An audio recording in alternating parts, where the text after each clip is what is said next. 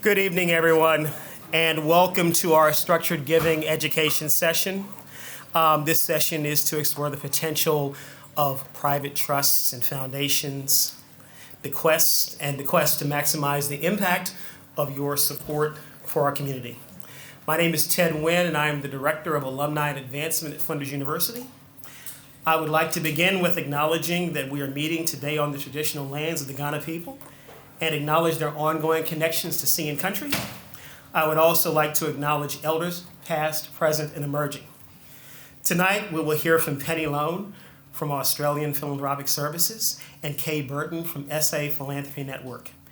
Kay will host the panel discussion featuring Kate Stock, Angelique Boileau, and Mark Pitcher, who will share their insights from their personal experience with structured giving.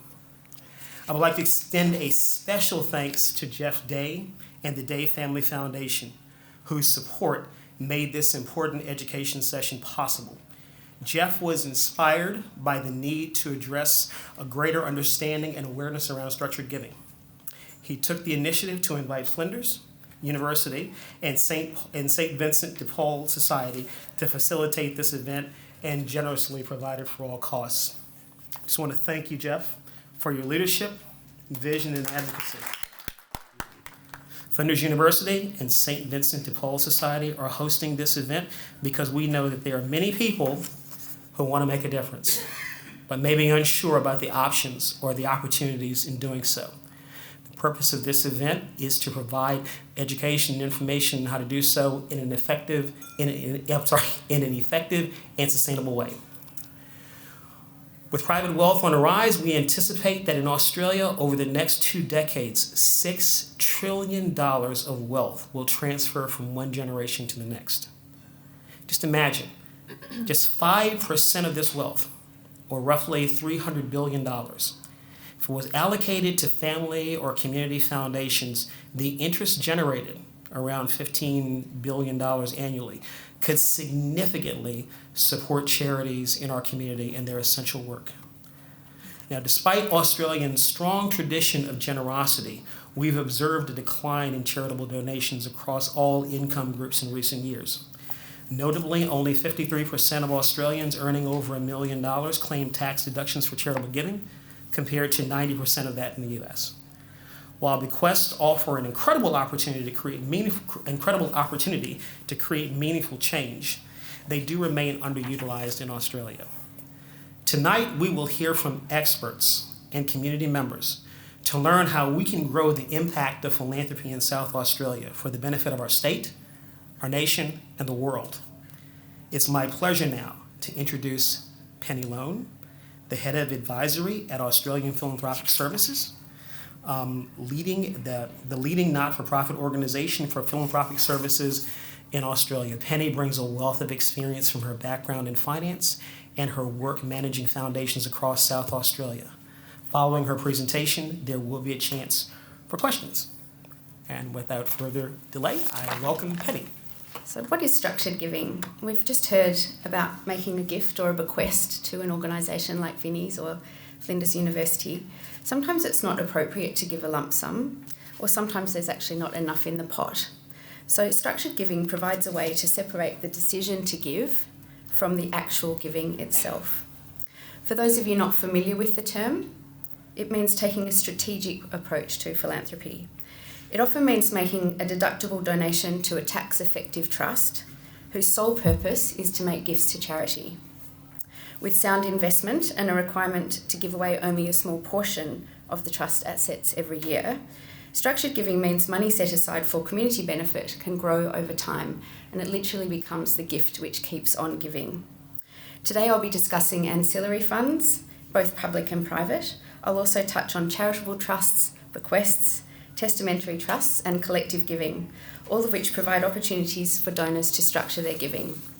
I hope by the end of this session you'll come away with an understanding of what structured giving is and how it can provide meaningful support to the causes or institutions you care about, like Vinnie's and Flinders University. So just before we get into the structures, I'd like to just speak briefly about Australian Philanthropic Services, where I've worked for the last 8 years. We specialise in ancillary funds.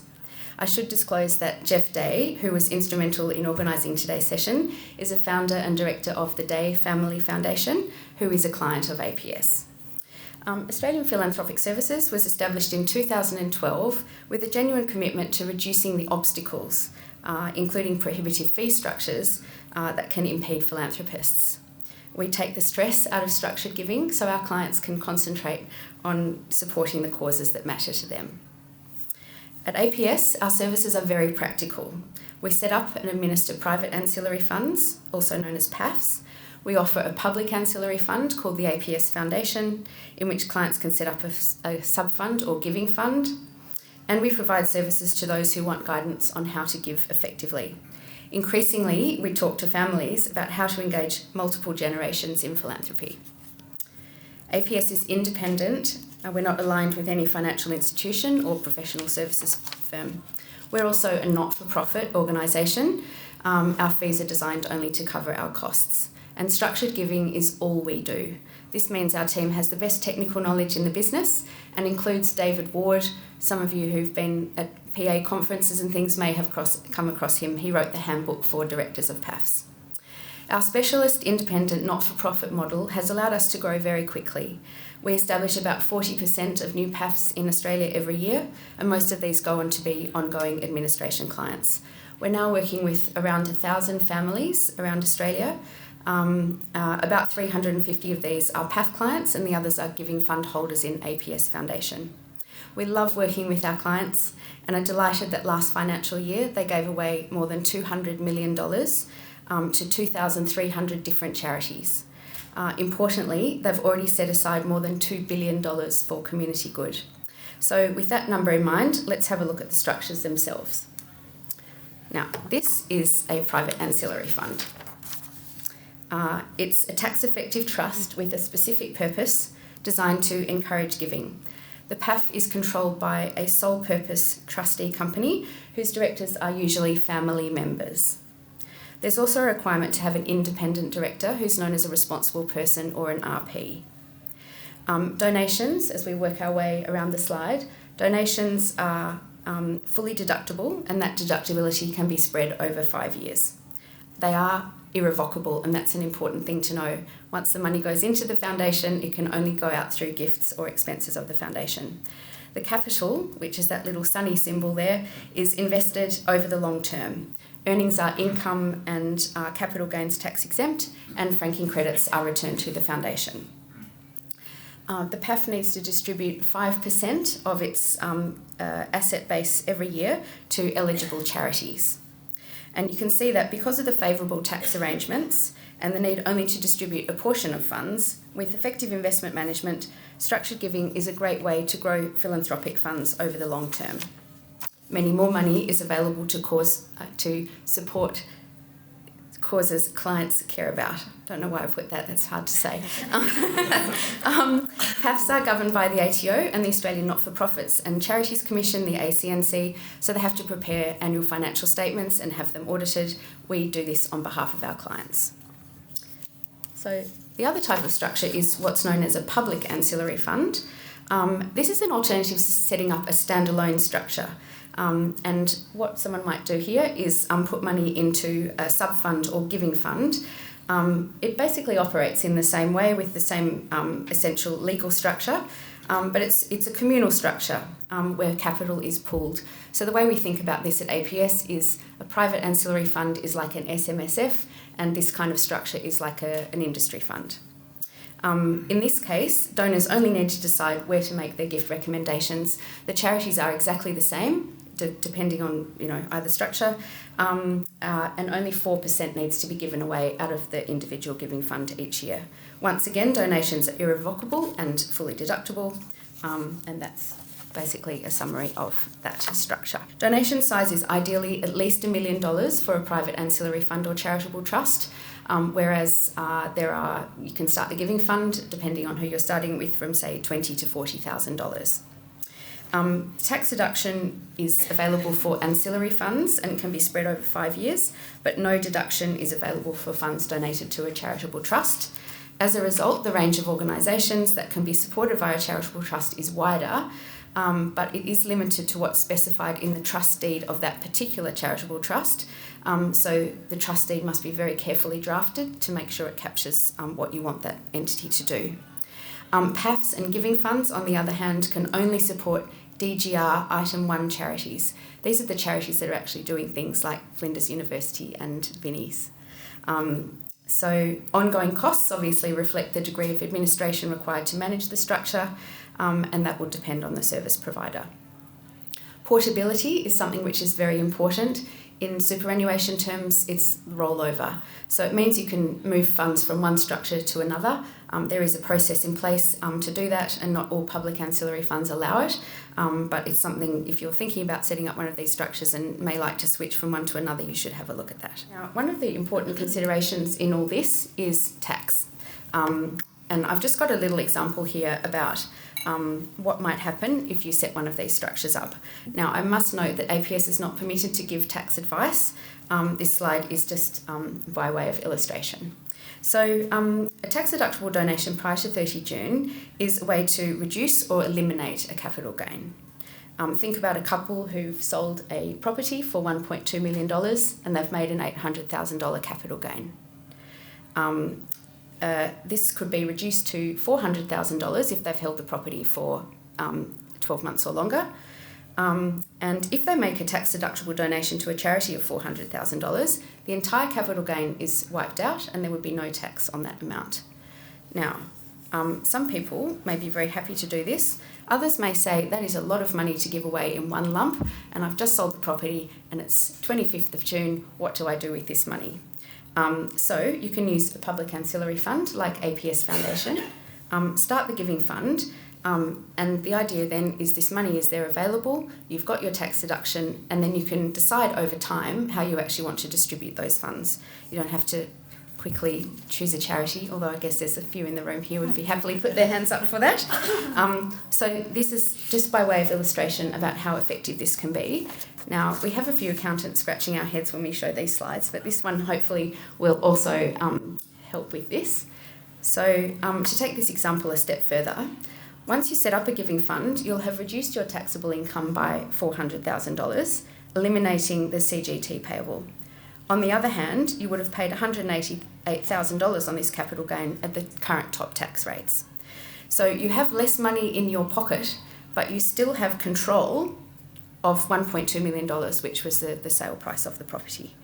And that means that you can then use those funds to support your favourite charities and programs well beyond your lifetime if necessary, and witness the joy of seeing the impact in the community, which we're about to hear about from a few people who already do this. The Unsworth Foundation was established in 2014 with a one-off donation of $2 million. As at 30 June, their PAF balance was $2.35 million, and yet they have given away almost $1 million to their chosen charities. So I think it shows the excellent power of compounding, good investment management, and judicious gifts. If they actually wound up their foundation today, they would have given away $3.34 million. When you look at how much they've given and how much is still left. They're not going to be doing this. The foundation has brought them the most enormous joy. So increasingly involving the children, which they find very important, and their grandchildren now.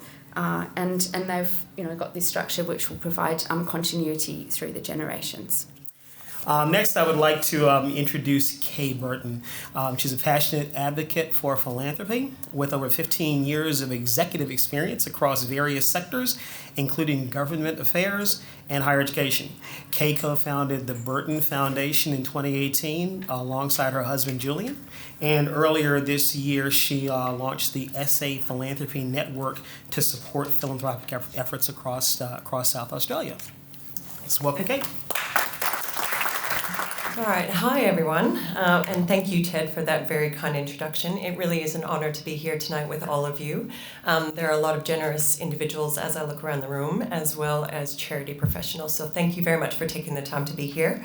Now, it's important that we discuss the role of structured giving and the role that it can play in South Australia's future, because according to JB Weir, high net worth giving and corporate community investment are the two highest growing trends across the country. Over the next decade, and Ted did give you the national numbers, but over the next decade in South Australia alone, $112 billion will transfer over from the baby boomer generation to the next generation. So it's a huge amount of money. And I wanted to point out some stats to put things in perspective for you as you sit here in South Australia. We currently have about 125 PAFs, or private ancillary funds, as Penny mentioned, which equates to about 6% of the national average. And we also have about 156 PUAFs, which is about 11% of the national population. Community foundations also play an important role, and I think, Lisa, you mentioned that. And that number is growing in South Australia, so that's quite exciting for us, and I know for the community foundation sector. Did you know, this one surprised me, there are 1 in 10, every one person out of 10 is a millionaire in Australia. Isn't that amazing? I don't know, I find that quite astounding. And the number of high net worth individuals and ultra high net worth individuals, so to be high net worth, that's sort of considered 1 million plus, but we have 58,000 people in Australia that are worth about 10 million or more, 15,000 people that are worth 30 million or more, and 159 billionaires. Now, when you take a look at the total number of PAFs and PUAFs, we're sitting at just over 2,000. So just take those numbers. So that brings me to tonight. How do we encourage more individuals and families to consider structured giving? And I think that's the million-dollar question. And I think it all starts with having more conversations like this evening. By discussing philanthropy more often and more openly, we can inspire others to see how structured giving benefits everyone involved. And while it may not always feel comfortable, and I'm a true testament to that, I truly believe that if we make it a regular part of our daily conversations, it can become contagious and inspiring, and my family is living proof that this approach works. After a decade over working in the not-for-profit sector, my husband Julian and I had long dreamed of giving back to the community that had been so good to us for so long. We saw firsthand the need, and in our own way, wanted to make a strategic difference. Rather than wait for a tax event, we actually took a different approach, and we worked backwards and figured out how we could create a financial path that would enable us to establish our family foundation. In 2018, we were fortunate enough to work with APS, and we established the Burton Foundation. So the photo on the bottom left, and this just goes to show that not all giving is glamorous, is my husband and I in our PJs when we signed the trust deed. And I have to say that's one of the most proudest moments we've had as a family. And the one over on the right is our 5 children, so Max, Arch, Seb, AJ, and Maya. And that was at one of the organizations that we've supported for a long time, so that's a childhood cancer, so that was the same year. Julian often says that philanthropy can be a bit selfish because we receive just as much, if not more, than those we help, and I couldn't agree more. As Tony Robbins famously said, the secret to living is giving. And giving, whether it's your time, your treasure, or your talent, brings meaning and purpose not only to those that benefit from it, but also to yourself. Our foundation has naturally become an extension of our family values. And by choosing to establish a path, we committed and we said and sent a strong message to our children that we firmly believed in the impact and the benefit of helping others. Building on this foundation, earlier this year I launched the SA Philanthropy Network to connect like-minded individuals who are passionate about giving to the tools, organizations, and resources that can help them get started on that journey. And through events and digital communications, my goal is to inspire greater generosity across South Australia. It's free to join, and I volunteer my time, along with plenty of coffees. And it's a lot of fun because I've met so many incredible people along the way, just like everyone in this room tonight. So that's my personal story, but we're here tonight because everyone in this room can play a unique role in shaping the future of our state. And you're about to hear from 3 very inspiring individuals who are doing just that. It's now an honor to introduce our panelists, who I'm also lucky to call dear friends.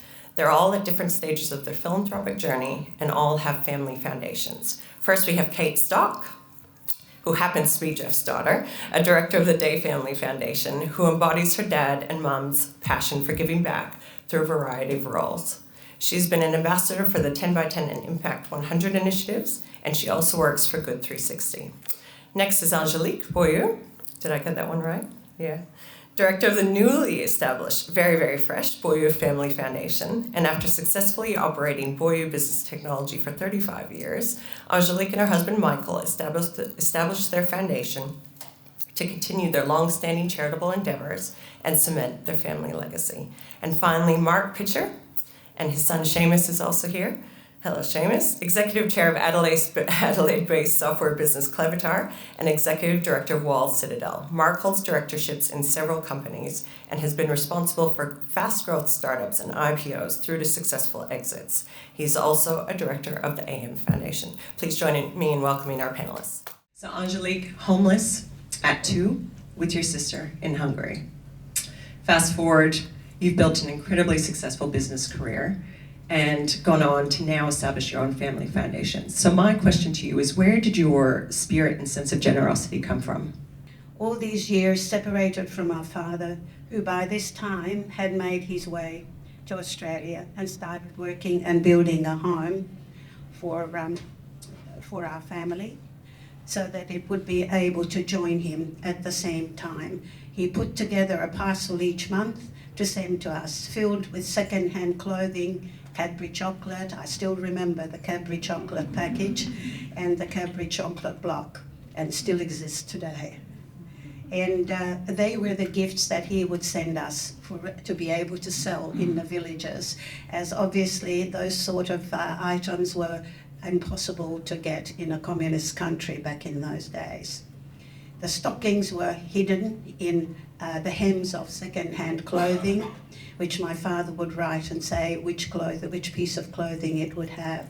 And my mother built up a client base to whom we sold these items and delivered our derived our monthly income from it. Hence, every month she would lay out the various items for the various clients for me to deliver and collect the monies. However, I noted that each month she made sure that there were goods allocated to one of the village people as a gift who were even less fortunate than us. And this was for free, and I was not to collect any money for this. I asked my mother, why are we giving it away for nothing? And I clearly remember her telling me as a response, darling, always remember, there is always someone else that may have much less than us. Therefore, we should share every small amount that we can with them. Once she told me that, the next time I delivered our gift to the relevant people, I watched their faces and saw the happiness and the gift that brought them. Immediately, I too felt a wonderful warm feeling come over me, which still happens every time we give. And that's why we continue the giving. And Kate, similarly to Angelique, your dad, Jeff, developed a strong sense of compassion early on in life when he was living with his family in Jakarta. Even from a young age, he understood that with privilege comes the need to give back. And he saw that, even at an early age, and to support those less fortunate. This belief obviously carried on to his professional life, and your mum did say that he's working harder now to drive philanthropy than he has, in his professional career. But what led him to establish the Day Family Foundation? Yeah, so I have no doubt that growing up in Indonesia, essentially in a third world country, influenced Dad and his brothers significantly, and they've all been very philanthropic throughout their lives. But I would say that whilst he was always a generous person, the actual creation of the path occurred by chance. In 2011, he was looking to retire and sell his business, and he happened to read an article in the paper written by Chris Cuff. And Chris was the founder of Australian Philanthropic Services, and through his own experience had become extremely motivated to support and inspire families to create private ancillary funds to manage their giving.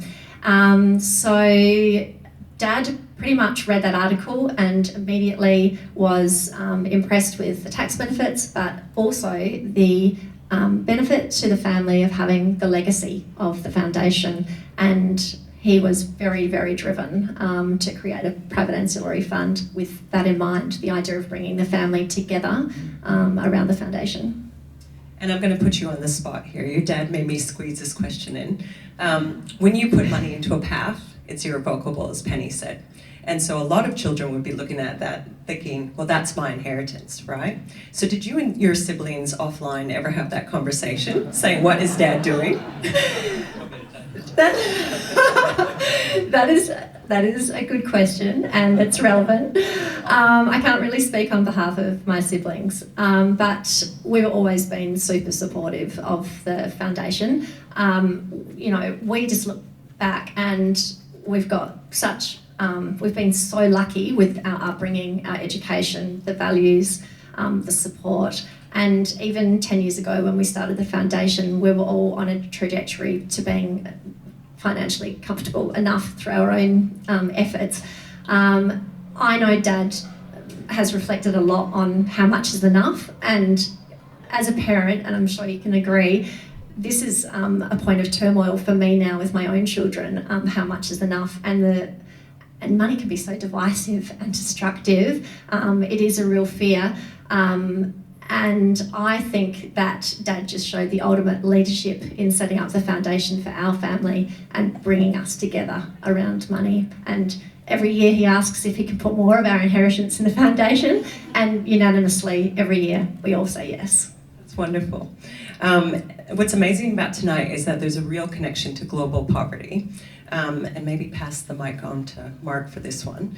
Mark, background in private equity, tech startups, now philanthropy. How did the AAM Foundation come about? Well, it's a lot less interesting than both Angelique's and Kate's backstory, so I'll spare you the history of my background. Although I did grow up by Australian standards relatively poor, certainly not by global standards, but I have a sort of sensitivity to the inequity in the world, and it wasn't actually that long ago that I discovered that 1% of the world's population control 44% of the world's wealth. And at the other end of the spectrum, the bottom 1% of wealth is actually shared by 55% of the world's poorest people. Now, whichever way I look at that, that's not fair. And I feel like there's something that should be done about that, and that can be done about it. But what really led to the foundation being established was myself and my business partner sold one of our businesses about 4 years ago. And a dear friend of ours was running a really effective, wonderful international aid organisation that was struggling to actually raise money for its ongoing operating costs. So what they actually needed was some funds in perpetuity, or at least for the long term, that they could cover their employment costs to actually invest in cycle-breaking change, systemic change in organisations. And they were able to raise money really easily. I say really easily. They found it a lot easier to raise money for projects and for specific finite opportunities, but they couldn't raise money for boring old operational stuff. And myself and my business partner knew how important that was in having a business and how important it is in having a charity. So we set up a path to essentially provide funding for perpetuity, or at least as long as it's needed, for that organisation. And how did you know about PAFs? And where do you start? I didn't really know much about them, and in fact we were told about them by the for purpose organisation that I just mentioned. So it was a curious way to discover that. We asked our lawyer for some advice. He didn't know anything about it previously, and he fortunately did some research for us, and we were really fortunate that we had sold the business. We contracted to sell in about December, and we settled in March, and that gave us just enough time to go and do the research, do the planning, get through the implementation, get set up the charter, and get everything done. I think we got it done by about the 26th of June, which you need to do it in the year at which you need to realise the tax event. So we were really fortunate. One of the things that really motivated me, I'm a career CFO, so tax is near and dear to my heart, and I just could not avoid the just significant tax breaks that you get. As Penny outlined so well earlier, you get this tax break up front, then you get tax breaks all the way along with tax-free income. And the thing that, as an investor, I was really astounded by is the compounding effect of that is massive. Over 10 years, you about double the amount that you can make available, and over 20 years, you quadruple it. And that's all supported by the ATO. So it's an absolutely wonderful structure that we've really been delighted to set up and will continue to expand. And I have found, and it's taken me 18 months to really appreciate that silver lining. But that silver lining has opened my eyes that I can now embark on a new career. And that new career is to be able to build this foundation, not just for my family, but for the community to benefit from. And I never forget the day that I told my children that we're no longer going to have the business or the building. And of course I burst into tears, and both girls turned around and said, "Mummy, the building and the business is not you and Poppy. It is you and Poppy that are the business. So let's start a foundation. And if you really want to be remembered in perpetuity, this will be a much, much better memory to leave for the community than a business." Kate, you've been involved in 10 by 10 and Impact 100, so collective giving initiatives. Do you find that having a more formal giving structure, such as a PAF, has helped to give you more strategic direction and impact as part of the foundation? Yes, definitely. Having a PAF means we have to distribute that minimum 5% every year, and because you know each year they're going to be distributing that amount, it allows you to become much more strategic with how you interact with charities, and you end up supporting them on multi-year projects in a more strategic way. I can give you a few examples so you can see just how different that actually looks like in practice. Someone might be philanthropic and support a variety of charities with a variety of amounts across a year, and that's one way of approaching it. But when you're with a PAF, you're much more thoughtful and, strategic. So one of the not-for-profits we work with is called JusticeNet, and they provide pro bono legal advice to people in disadvantage. Those clients might come from Hutt Street or Catherine House, for example. We worked with them to help them drive some sustainable revenue, and we did that by setting up a giving circle. So for 3 years, with every new member that joined their giving circle, we matched the funding, and over that time they've got to a point where they now can, they have a very decent sized giving circle, and they can employ a full-time employee. So that's really wonderful for them. So that's one example. And another example for them is they also wanted to drive revenue through having an annual walkathon, which they call Walk for Justice, but they didn't have the internal expertise, and a lot of charities don't, to launch and run something like that. So we actually co-funded with another family foundation the consultancy cost of launching that, and they had targeted outcomes of raising 80 grand the first year, 120, then 150. So for 3 years we supported that and paid for those consulting fees, and they hit those targets, and so now they're in this position where they've got this annual event which they know is going to drive a certain amount of revenue, and they can cover the cost of the consulting themselves. A final example of how we do things differently from just handing out donations is, I would say, collective giving, Impact 100, 10 by 10. These are such great ways to dip your toe in the water with philanthropy and get some initial exposure, because each year that you're a member, you're exposed to more and more grassroots charities in Adelaide. You've become familiar with what our pressing social and environmental issues are here, and over time you're very likely to find something that really resonates with you that you can then go and explore further. But I think collective giving is great, but in terms of really getting involved and being strategic, the PAF has really helped us do that. What we can do with collective giving now, we're still very involved, is with 10 by 10 and Impact 100. Each year, the winners of the grants, we actually support them by putting them through a governance masterclass, so like a one-day masterclass. So that's another kind of quite left-of-centre way of supporting philanthropy in the state and growing capacity and leadership. And in terms of the broader family, whilst the Family Foundation is structured as myself and brother and sister and mum as directors, and we've got our responsible person as well, My cousins have all been quite involved, and both of my uncles have been really involved as well.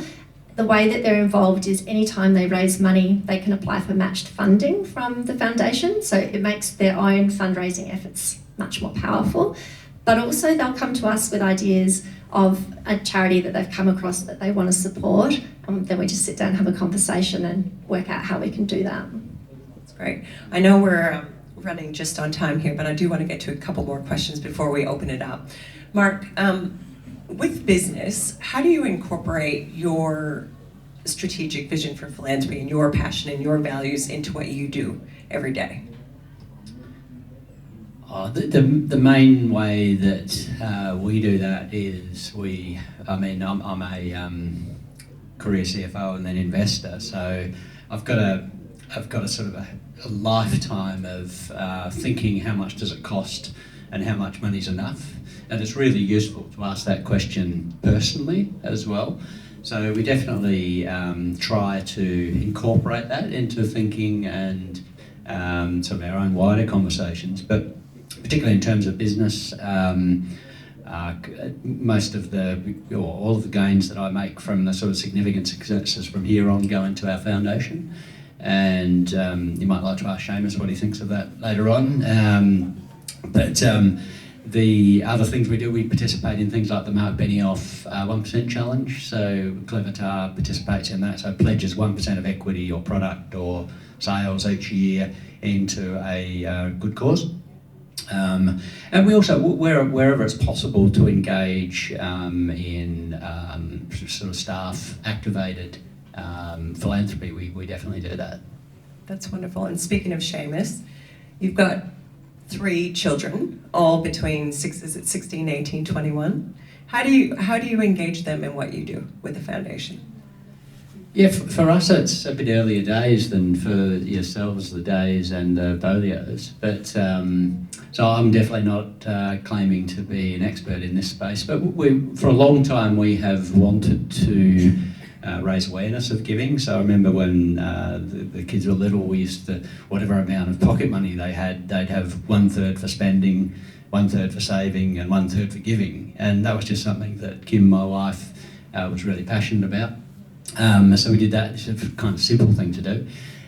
Since then, we've just really tried to, and I appreciate the way you asked that question, Kay, we've tried to show, not tell. As a parent, I've kind of discovered how little influence I actually have on my children. And so it's good, we try to lead by example and try to make our own enthusiasm infectious and inspiring, without necessarily trying to put them on the same journey that we're on. Well, particularly myself, because I'm the most outspoken one about the whole thing, and pulling it along with the enthusiasm that the 2 eldest, the daughters now, are also just as enthusiastic, and the grandchildren.